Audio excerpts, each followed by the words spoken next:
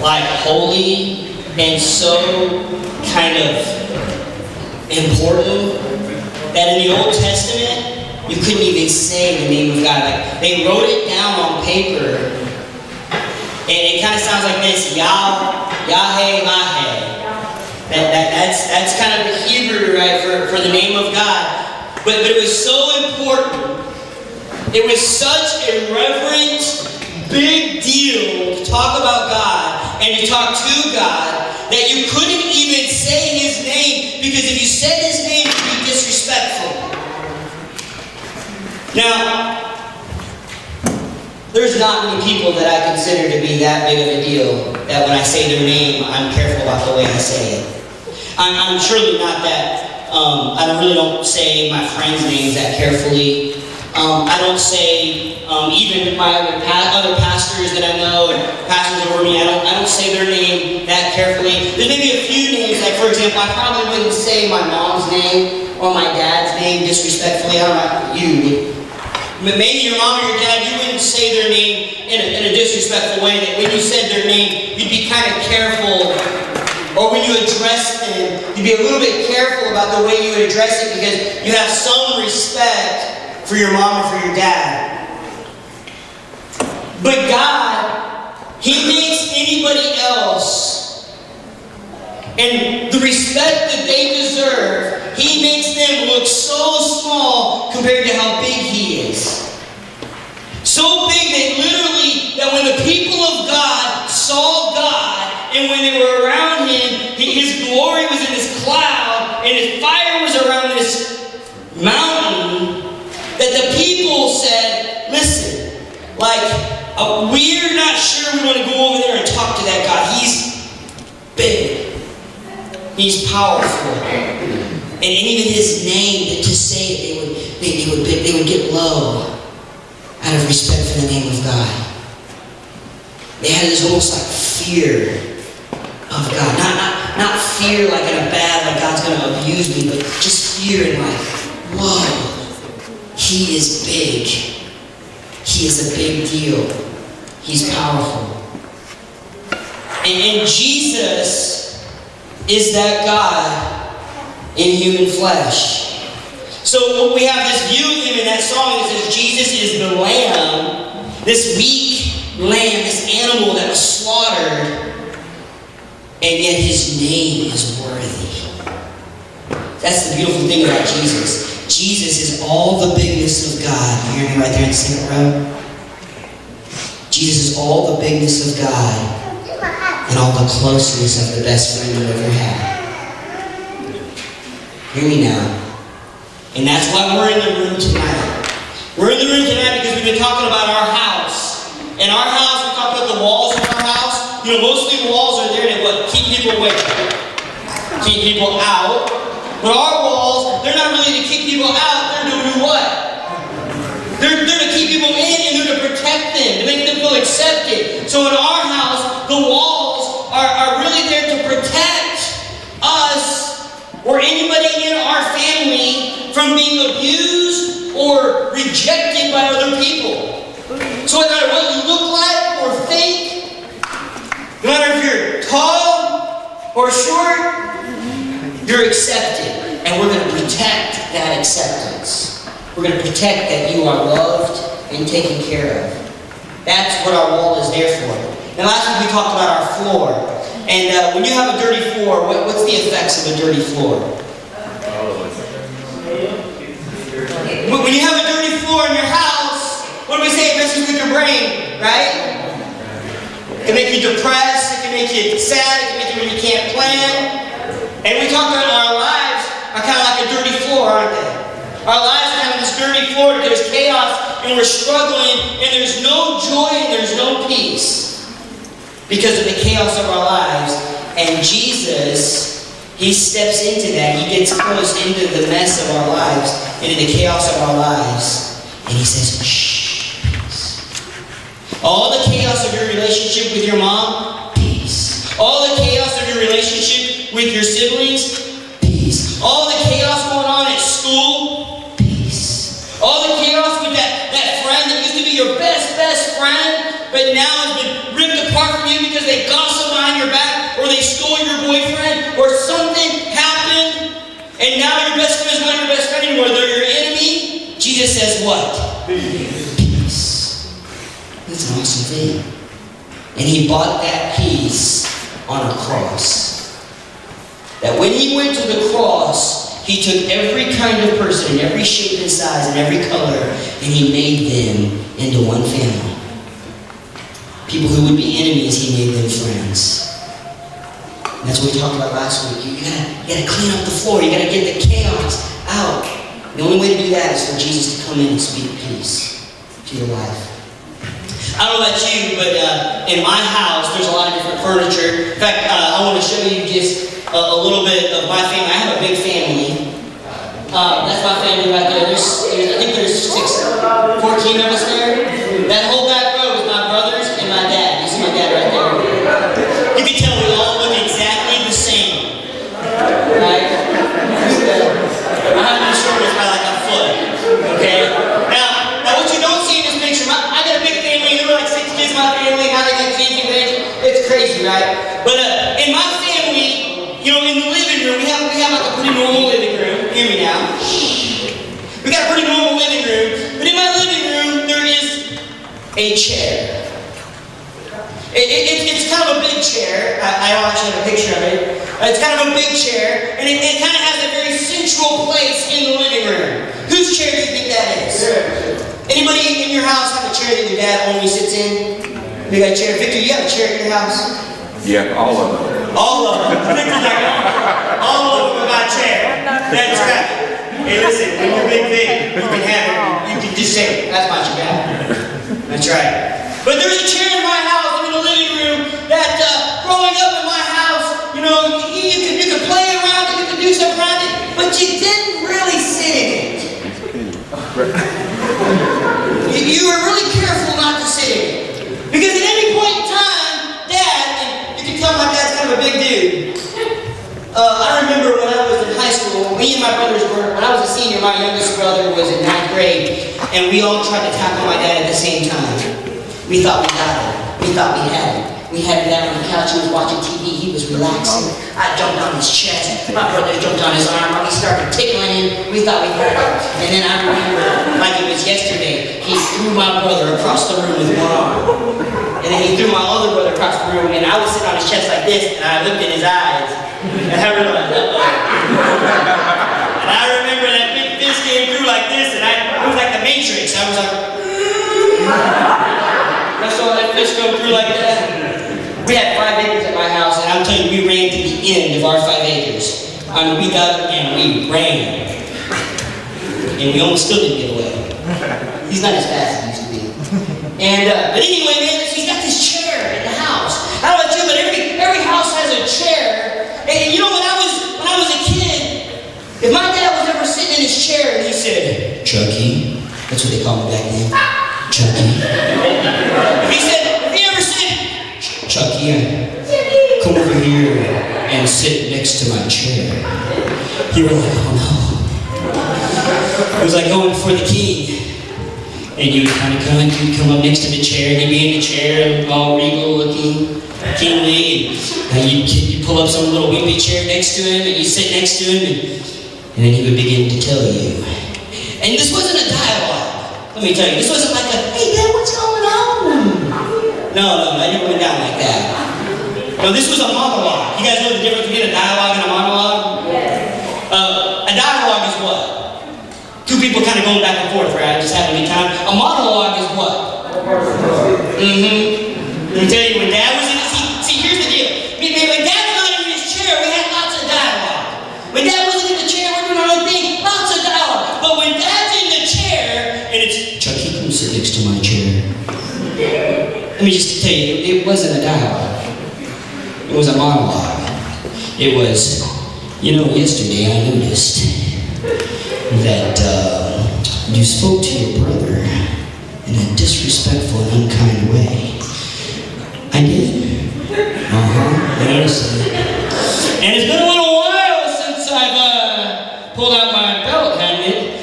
How do you know why? I can't remember. It was probably like, last week or something like that. And that's how the conversation went. It was, Reuben was the king of the house. And sometimes my dad would say that when we walk through the door. Anybody's dad say that when they walk through the door? Mike, you say that when you walk through the door? The king has arrived. My dad would say that when he would come home. The king has arrived. And he would go to his chair. And he would begin to speak wisdom to his kids. And, it's crazy, but I'm 32 years old. When somebody say that's old. That's old. How many of you guys know that at 32 years old, when I go back to my house, my dad can still say, "Hey, Chucky, come sit down next to my chair." And how many of you know when he does that, you don't, even at 32, you don't go, "Oh man, Dad, I'm busy. Yeah, even today. It's like, "Yes, sir." And you walk over next to the chair and you sit down and he goes, "No, Chucky. Tell me about the church." I'm doing it. Now, are you sure you're doing that? And you just listen. He's old now. He just talks and speaks. And what do? I listen. Can I tell you guys something as we get into this? Listening is maybe one of the most underrated, but maybe one of the most important skills that you will ever learn. And I tell you that as somebody who sucks at it. Just the other day, I had a good friend tell me, "You've got to listen better. Stop staring off into space when people are talking to you." See, listening is a very underrated skill. We think it's no big deal. You know why? Because we think we're a big deal. So if I think I'm a big deal, then when Grace is talking, I don't need to listen to Grace because Grace is not a big deal and I'm a big deal. So why do I need to listen to Grace? See, we never say that, but that's exactly what we think. Another way to say that's called disrespect. And see, I would never do that to my dad. See, if my dad was talking to me, if I was sitting there on the chair and he was speaking to me, I'd listen. And I wouldn't argue with him. And I wouldn't mouth off to him. I remember one time I said something under my breath and he was talking to me, and because I disagreed with what he was saying, he's talking. I was like, "What did you say?" "Nothing. I didn't say nothing. I thought I heard something." And no, I did not say a word, Father. I was thinking. See, in our house, see, we're talking about our house tonight. See, in this place, this is our house. This is our house, this is our family. If you're in the room, if you're under the sound of my voice, you're my family. You're my little brother, you're my little sister, you're my uncle. I'm talking about Victor. Maybe you're my uncle. Or a really old uncle in Mike back there in the back. Just kidding. But see, we're a family. This is our house. We're a part of a big family together. We're hanging out together. And let me tell you something you didn't really know. There's a lot of chairs in our house, but there is one chair in our house. And you may not have seen it. There is a chair in our house that you have not noticed or you have not seen, but it's here. And on that chair sits the only person who actually, seriously, deeply matters. And his name is Jesus. And here's the deal. Jesus, in all of his love and grace, allows for some dialogue. But there are some things coming out of the mouth of Jesus that's not up for discussion. There are some things out of the mouth of Jesus that we need to listen. There's this prophet in the Old Testament, his name is Jeremiah. Jeremiah is called the crying prophet. And the reason he's called the crying prophet is because he lived in a time in the Old Testament where the people of God so disobeyed God that if you looked at them, you wouldn't know they were the people of God. You'd look at them and you'd be like, man, they're just as bad as the people out there that are sacrificing babies to idols. You guys know they did that back in the day? That if you weren't a God-following nation, that you would do all kinds of crazy, terrible things. And the people of God were so ignoring the voice and the word of God, that Jeremiah came as a man sent from God, and he saw it, and he spoke to them, and it's so terrible that it broke his heart that he would cry when he would speak to the people.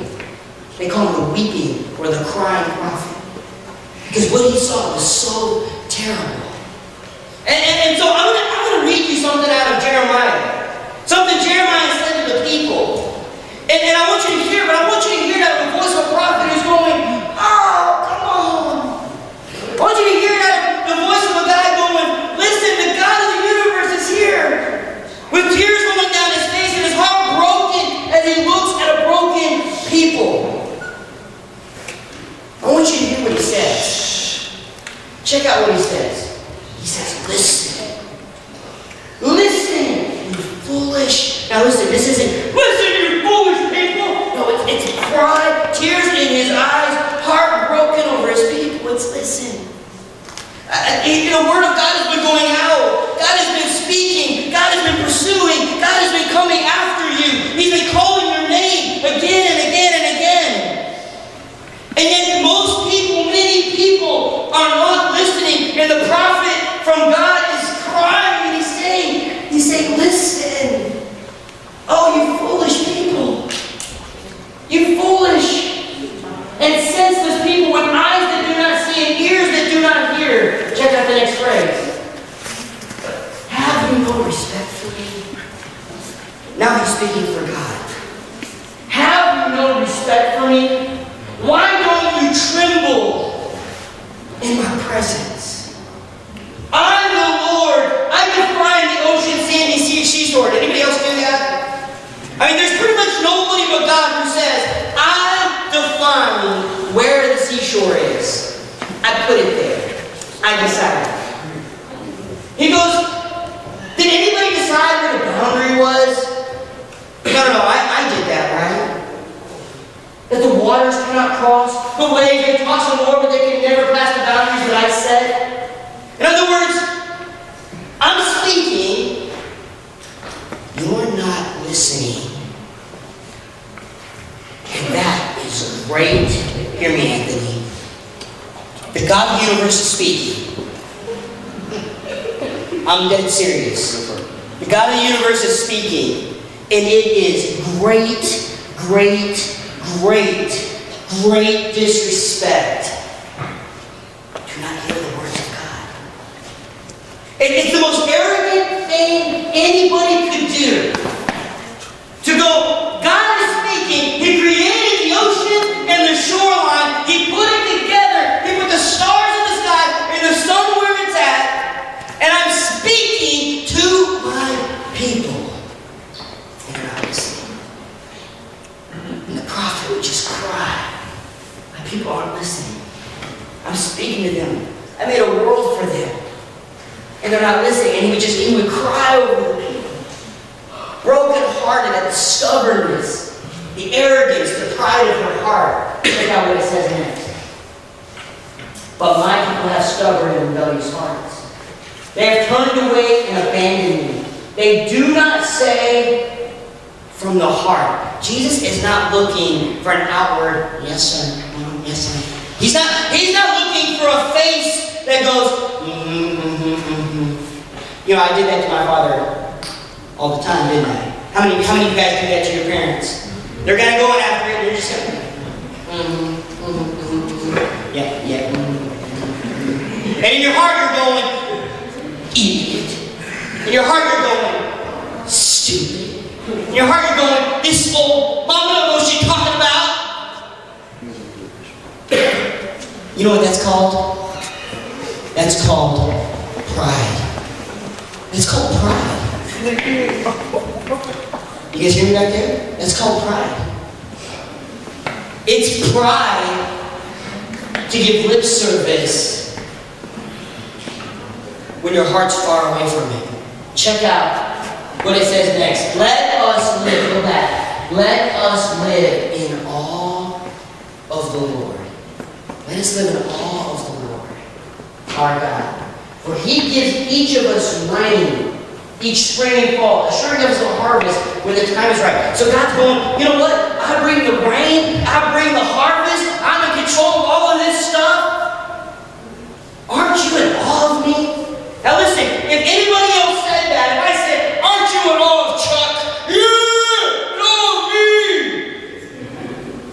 That would be pride.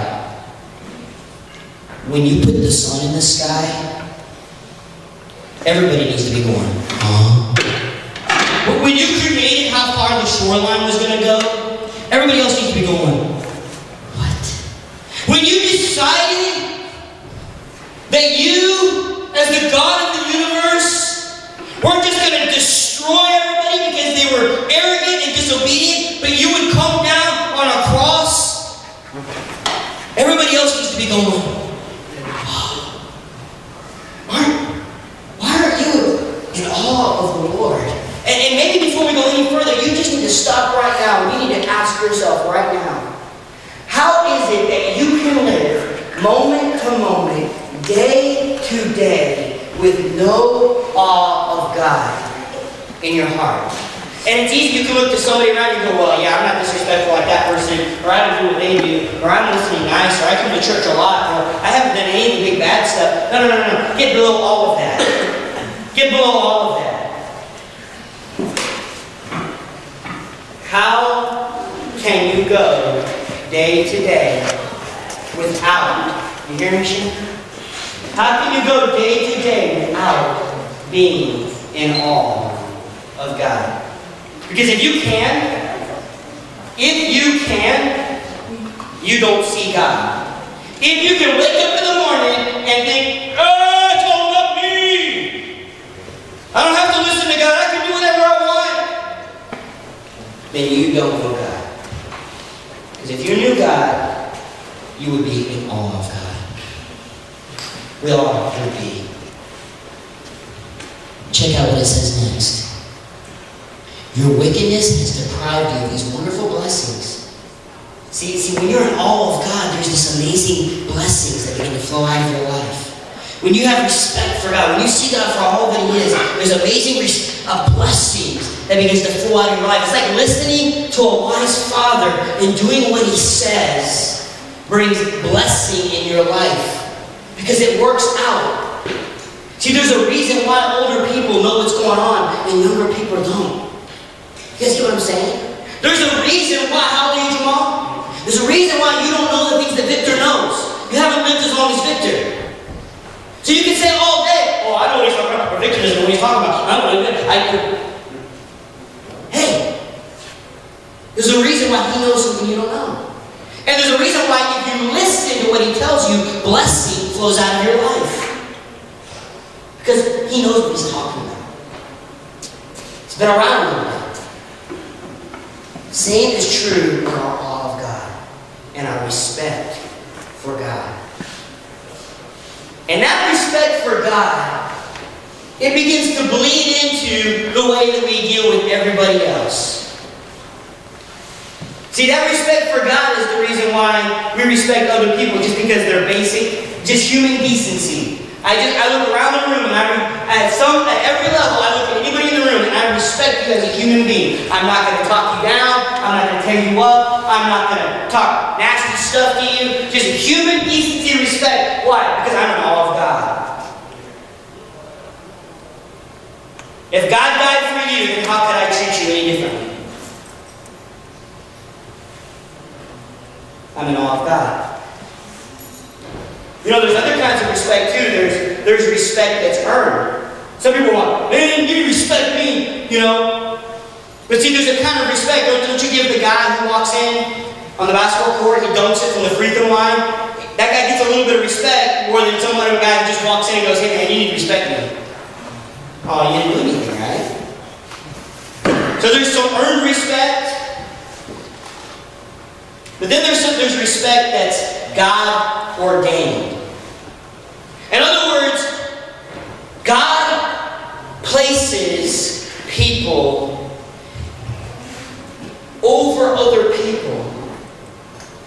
That others that we should respect so that there's blessing in our life. I'll just give you a few examples of that. Check it out. For the Lord's sake. Someone say, for the Lord's sake. So not for Chuck's sake, not for anybody else's sake, for the Lord's sake, respect all human authority. All. Not perfect, not Christian ones, all human authority. Moms, dads, teachers, everybody. You should swallow on that a little bit and go, man, that's a little bit tough, because you know what? I know that right now in this room, everybody has a problem with that. Everybody. None of us like to respect authority. But see, God who goes, aren't you in awe of me? Don't you see me for all the awesome stuff I've done? Don't you see the greatness of who I am? He says, for my sake, if you say out of your mouth you love me, then respect the human authority, the teachers, the parents, the government. You can't love God and respect God and disrespect the police officer on the street. You can't. You can't love God and mouth off to your mom. You guys hear me? And see, that ought to hit some of us kind of hard. You can't love God and mouth off to your mom at the same time. No, you can love God. I'm sorry, let me take that back. You can love God, but you're not respecting God. Your disrespect for people God put over you is disrespect to God Himself. Even if they're not perfect. Respect all human authority, whether the king, the head of state, or the officials He's appointed. For the king has sent them to punish those who do wrong and to honor those who do right. See, that's what the king does. That's what the government does. It honors those who do right, and it punishes those who do wrong. Check out the second thing. Children, obey your parents because they're awesome parents. Does it say that? Children, obey your parents because your parents are the best parents on the face of the planet. No. Children, obey your parents because you, not them. Did you hear that real quickly? Children, obey your parents because you, Marcus, belong to who? The Lord. Children, obey your parents because you belong to the Lord. So whether they belong to the Lord or they don't belong to the Lord, children, obey your parents because you belong to the Lord. Again, if you love Jesus, if you say, I respect Jesus, then you respect your parents, not because they're awesome or great. You respect them because you belong to Jesus.